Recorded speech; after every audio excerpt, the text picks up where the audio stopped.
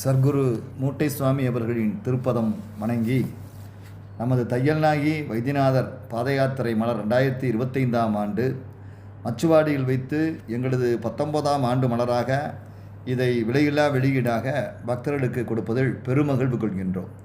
பொதுவாக இந்த வண்டி பயணம் என்பதும் இந்த வைத்தீஸ்வரன் கோவில் என்பதும் ஏன் இந்த பாத யாத்திரை தொடங்கப்பட்டது என்ற காரணத்தை மக்கள் பெரும்பாலும் அறிவதில்லை. நமது நகரத்தார் பெருமக்கள் ஒரு சில பேர் அறிந்திருக்கிறார்கள். அதனை பற்றிய வரலாற்றையும் நாங்கள் இந்த புத்தகத்தில் கொடுத்துள்ளோம். அதாவது வைத்தியநாத பெருமான் மூலவராக விற்றிருந்து அருளாட்சி புரிகின்ற காரணத்தால் மக்கள் இதனை வைத்தீஸ்வரன் கோவில் என அழைக்கின்றனர்.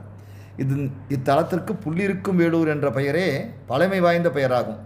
சம்பாதி சடாயு என்ற கழுகரசர் இருவருக்கும் இருக்வேதத்திற்கும் முருகனுக்கும் வந்து இவர்கள் இத்தலத்தை வழிபட்டமையால் புள்ளிருக்கும் வேலூர் என்ற பெயரை பெற்றது. தையல்நாயகி அருளாட்சி புரிவதால் இதனை தையல்நாயகி கோவில் என்றும் அழைப்பர்.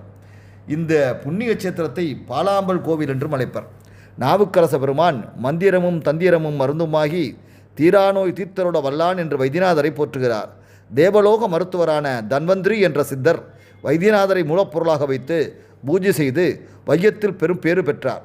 வைத்தியநாதர் மேற்கு முகம் பார்த்து அடியார்களின் சகலவிதமான நோய்களை நீக்கி இங்கு சந்நிதியில் அருளாட்சி புரிந்து வருகின்றார். அருள்மிகு தையல்நாயகி சன்னதியானது தெற்கு பார்த்து இருக்கின்றது. இதற்கு எதிரே புண்ணிய தீர்த்தமான சித்தாமிர்த தீர்த்தம் இருக்கின்றது. சித்தர்கள் அமுதத்தால் இறைவனை திருமஞ்சனம் செய்தபோது அந்த அமுதம் இதில் கலந்து இந்த திருப்பெயரனை பெற்றது. இக்குளத்தில் எப்போதும் தவளைகளும் பாம்புகளும் வசிப்பதில்லை என்பது ஆச்சரியம். இத்திருக்குளத்தில் குளிப்பவர்களுக்கு உடலில் உள்ள சகல நோய்களும் மனநோயும் நீங்கும். இத்திருக்கோவில் எழுந்துருளி இருக்கும் முருகப்பெருமானுக்கு செல்வமுத்துக்குமார சுவாமி என்று சிறப்பு பெயர் வைத்து அழைக்கப்படுகிறார். இவரை முத்தையா என்ற சிறப்பு பெயர் வைத்து அழைப்பதும் உண்டு. நகரத்தார்களில் முத்தையா என்ற பெயர் மிக பிரபலமானது. நமது கவியரசர் சிறுகுடல்பட்டியைச் சேர்ந்து காரைக்குடியில் வெள்ளை வந்த கண்ணதாசன் அவருடைய இயற்பெயர் முத்தையாவாகும். ஒவ்வொரு கார்த்திகையும் முத்துக்குமார சுவாமிக்கு சிறப்பான அபிஷேகம் நடைபெறுகின்றது. ஆண்டுதோறும் வைகாசி மாதம் இவருக்கு மண்டலாபிஷேகம் நடைபெறும். அப்போது முத்துக்குமார சுவாமி தையல்நாயகி சன்னதிகள் வீற்றிருப்பார். தினமும் நடைபெறும் அர்த்தஜாம பூஜைகள் இவருக்கே முதல் வழிபாடு மரியாதை. குழந்தையான முருகனை தூங்க வைத்த பிறகே அம்மையப்பனுக்கு வழிபாடு தரிசனம். இந்த முருகனுக்கு நமது குமரகுருபரர் பிள்ளைத்தமிழ் பாடியுள்ளார். அந்த பிள்ளைத்தமிழானது முத்துக்குமார சுவாமி பிள்ளைத்தமிழ் என்ற பெயரில் பிரபலமாக விளங்குகின்றது. இந்த திருக்கோவிலின் ஸ்தல விருட்சமானது வேம்பு. இங்கே ஆதி வைத்தியநாதர் எழுந்துருளி இருக்கின்றார். இந்த வேம்பின் இலை பூ காய் ஆகியவற்றை உண்டும் கசாயம் போட்டு மருதியும் பலர் நோய் நீக்கம் பெற்று இன்றும் வருகின்றனர். இத்திருக்கோவிலில் தரப்படும் முக்கியமான பிரசாதம் மாத்திரை என்று சொல்லக்கூடிய திருச்சாந்து உருண்டையாகும்.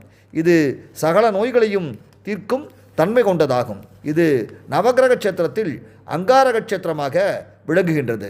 இது தருமபுரம் ஆதீனத்திற்கு உட்பட்டது. தருமை குருமணியின் அருளாசியில் கோவில் நிர்வாகம் சிறப்புடன் விளங்கி வருகின்றது. செவ்வாய் தோஷம் உள்ளவர்கள் இத்திருக்கோவிலில் ஆண் பெண்கள் இருவரும் செவ்வாய்க்கிழமையில் அபிஷேக ஆராதனை செய்து செவ்வாய் பகவானையும் முருக பகவானையும் வைத்தியநாதரையும் தையல்நாயகியும் வழிபட திருமண தடை நீங்கி வாழ்வில் நிம்மதியும் சந்தோஷம் அடைந்து முன்மாதிரி தம்பதியராய் வாழ்ந்து வருவது இங்கு கண்கண்ட உண்மையாகும். பல பேருக்கு இது குலதெய்வமாகும். நகரத்தாருக்கு அவர்கள் காஞ்சிபுரத்திலிருந்து பெயர்ச்சியாகி வரும் பொழுது பூம்புகாரில்தான் அவர்கள் தங்கள் வாழ்க்கையை தொடங்கினார்கள். சோழ மன்னர்கள் நாட்டில் அவர்கள் பெரும் தனவந்தர்களாக, அதாவது பட்டினத்தரிகள் நமது குல முன்னோர் ஆவார். முதல் ஞானியும் ஆவார். கோவலன் கண்ணகி நமது குல முன்னோர்கள். இவர்களெல்லாம் அந்த பூம்புகார பட்டினத்தில் தன வணிகம் செய்து இங்கிருந்து வைர வியாபாரம் நவரத்ன வியாபாரங்களை வெளிநாடுகளுக்கு கொண்டு சென்று அங்கிருந்து உள்ள பொருட்களை இங்கு கொண்டு சென்று மிக பெரும் தன வணிகம் செய்தார்கள். பாய்மர கப்பலில் சென்றார்கள். அப்படிப்பட்ட நகரத்தார்களுக்கு சோழ மன்னர்களால் நமது பெண்களுக்கு கொடுமை இழைக்கப்பட்ட போது கடல் கொண்டும் அந்த நாடு அழிந்த போதும் அவர்கள் மனம் பெருத்து அங்கிருந்து கிளம்பி நேராக மதுரை பாண்டிய மன்னனிடம் வந்து 9 ஊர்களை, அதை நாம் இப்பொழுது சொல்லக்கூடிய 9 கோவில்கள் இருக்கும் 9 ஊர்களை பொற்களஞ்சு 1000 பொற்களஞ்சு ஒரு ஊருக்கு என்று கொடுத்து வாங்கி 9 ஊர்களுக்கு 9000 பொற்களஞ்சு கொடுத்து வாங்கி அங்கு அவர்களது பிரிவின்படி கோவிலை கட்டி கொண்டு வணிக வியாபாரம் மீண்டும் தனவணிக வியாபாரம் செய்து சிறப்புடன் வாழ்ந்தார்கள். சோழ மன்னர்களுக்கு முடிசூட்டக்கூடிய முதலமைச்சர் பதவியை வைத்த நமது நகரத்தார்கள் பிறகு பாண்டிய மன்னர்களுக்கும் முடிசூட்டக்கூடிய பெருமையை பெற்றார்கள். நமது முன் தெய்வமாக விளங்கக்கூடியதும் நமது முன்னோர்கள் வாழ்ந்த இடமுமான இந்த காவிரி பூம்பட்டினம் என்ற பூம்புகாரில்தான் பட்டினத்தடிகள் வாழ்ந்து ஓரெழுத்து மந்திரம் கற்று திருவொற்றியூரில் முக்தி அடைந்தார். கோவலன் கண்ணகி வாழ்ந்து சிலப்பதிகாரம் என்ற மகாபெரும் அந்த காப்பியம் கிடைத்தது. அந்த முன்னோர்கள் வாழ்ந்த அந்த ஊரை மறந்துவிடக்கூடாது என்று இங்கிருந்து பிடிமன் எடுத்து சென்று கீரணிப்பட்டியில் வைத்து கீரணிப்பட்டி மாரியம்மனாக தையல்நாயகி வழிபடப்படுகின்றார். நமது முன்னோர் வாழ்ந்த இந்த பூமியை மறந்துவிடக்கூடாது என்பதற்காக நாம் இந்த வைத்தீஸ்வரன் கோவிலுக்கு பாத யாத்திரை செல்கின்றோம். அதாவது இந்த பயணம் நாட்டுக்கோட்டை நகரத்து செட்டியார்கள் மிக பழமையான வழிபாட்டு பழக்கம். இவருடைய பூர்வீக ஊர் காவேரி பூம்பட்டினம் என்பதே இதற்கு சாட்சியாகும். இதன் ஒரு பகுதி தான் வைத்தீஸ்வரன் கோவில். சீத்தலை சாத்தனார் அவர் எழுதிய மணிமேகலை காப்பியத்தில் சம்பாதி வனம் என்று நாம் வாழ்ந்த பகுதியை குறிப்பிட்டு சொல்லி அதுதான் வைத்தீஸ்வரன் கோவில் என்றும் குறிப்பிடுகிறார். நவரத்தார்கள் காவேரி பூம்பட்டினத்தில் வாழ்ந்தபோது தங்கள் குலதெய்வ கோவிலாக அந்த வைத்தியநாதரையும் தையல்நாயையும் முத்துக்குமார சுவாமியையும் உள்ளம் கவர்ந்த கடவுளாக நினைத்து வழிபட்டார்கள். கீரணிப்பட்டி என்று புகழ்பெற்று விளங்கும் இந்த மாரியம்மனும் நகரத்தார்களால் காவிரி பூம்பட்டிலிருந்து கொண்டு வரப்பட்ட பிடிமண்ணில் உருவானவளே. அந்த காலத்தில் கீழச்சோப்பட்டிலிருந்து வைரவன் கோவில் பிரிவைச் சேர்ந்த நகரத்தாரும் மாத்தூர் கோயில் கண்ணூர் உடையாரும் தங்கள் குடும்பத்தாருடன் மாட்டு வண்டி பூட்டி கொண்டு வைத்தீஸ்வரன் கோவில் சென்று சாமி கும்பிட்டு வந்தனர்.